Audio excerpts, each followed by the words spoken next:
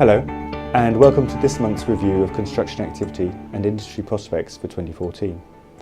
I'm Allan Wilén, Glenigan's Economics Director, and I will be reviewing the latest data released this month by both Glenigan and the ONS and assessing what signals they are sending for construction prospects in 2014. Turning first to the official statistics, recent months have seen a significant upward revision of construction output over the course of the last year. December saw the ONS turn an estimated 0.2% fall in construction output during the first 9 months of 2013 into 1% growth.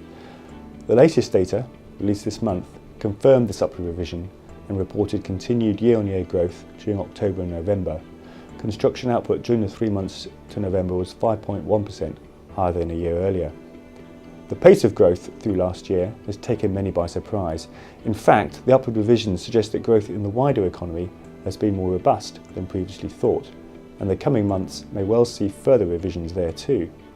Historically, economic growth of at least 2% has after all been a prerequisite of rising construction output. The latest output data confirms that the recovery is being driven by the private sector and reflects the strengthening in private sector project starts that Glenigan has recorded over the last 18 months. New private housing output during September to November was 16% up on a year ago, as developers built out sites in response to improved demand from households. The government's Help to Buy programme has been an important catalyst, improving the access of potential home buyers to the market and strengthening market confidence generally.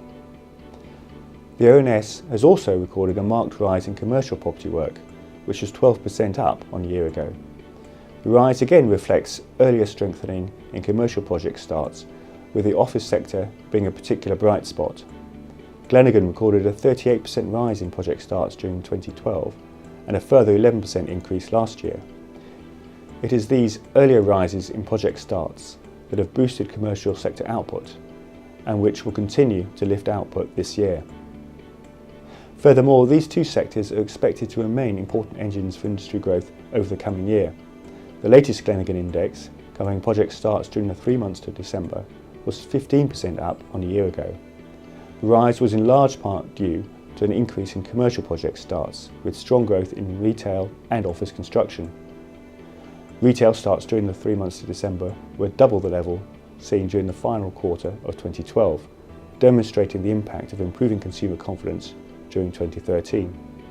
Hotel and leisure starts, by contrast, were flat on a year ago, although this itself represents an improvement following the year-on-year declines seen during the 2 previous months. Office construction activity continued to rise, up by 20% on a year ago. Although the value of private housing projects starting on site was down during the final quarter, this was against an exceptionally strong performance at the end of 2012. The sector is forecast to remain an important growth area during 2014, with the recent rise in planning approvals translating into a rise in project starts.